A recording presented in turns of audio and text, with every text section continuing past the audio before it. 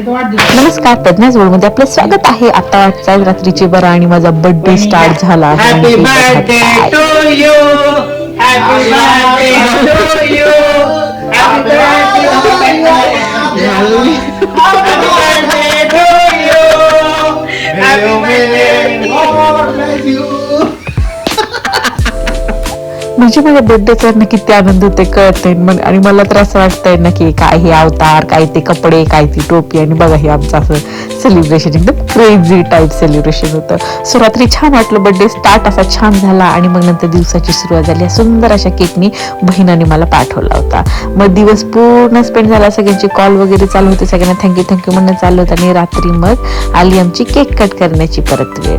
मग आम्ही ॲक्च्युली सगळेजण जाणार होतो बाहेर. त्या आधीचं मग घरी केला आईने माझं ऑप्शन आणि आम्ही निघालो बाहेर डिनरसाठी.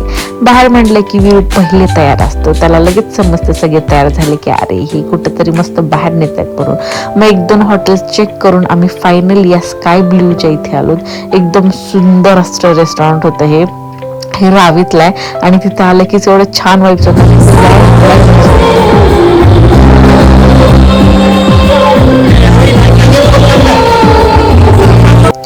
सुंदर असं गाणं ऐकत ऐकत आम्ही बसलो होतो. विरूला मी खायला दिलं.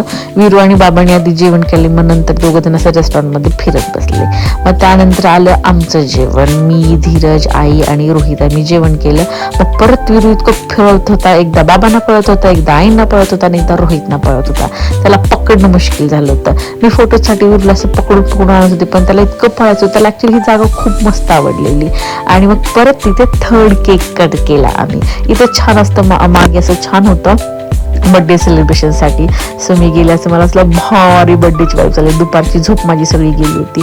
असं वाटत होतं हे सगळेजण माझ्या बर्थडे पार्टीला आले, पण असं काय नाही, प्रत्येकजण आपापलं पे करून जेवण करत होतं. मग छान पैकी ना त्या सिंगरने गाणं लावलं, बार बार दिन ये गाय, बार बार दिन ये गाय. मग छानपैकी हलतं डुलतं मस्त एन्जॉय करत आम्ही केक कट केला. आणि बापरे, दिवसभर मला असं वाटत होतं मी केकच खाते की. आणि विचारू आपला विरूला बिचारायला एक थोडंसं टेस्ट करायला दिलं.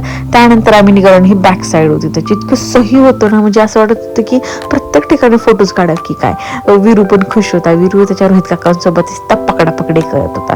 विरूला असं म्हणजे घरी यायच्या जी बात इच्छा नव्हती, पार्किंगमध्ये पळत होता. मग तसाच विरूला आम्ही पकडला आणि घातलं गाडीमध्ये. आणि मी आता माझा बर्थडे संपलेला होता, त्यामुळे निघाले होते बाबा. आपापला उरलेला केक घेतला हातात, म्हटलं उद्या एकदा खावा. आणि बसलं गाडीमध्ये आणि थकून भागून प्रवास करून परत आलो हिंजवडीला. सो असा झाला माझा आजचा बर्थडे. Bye bye.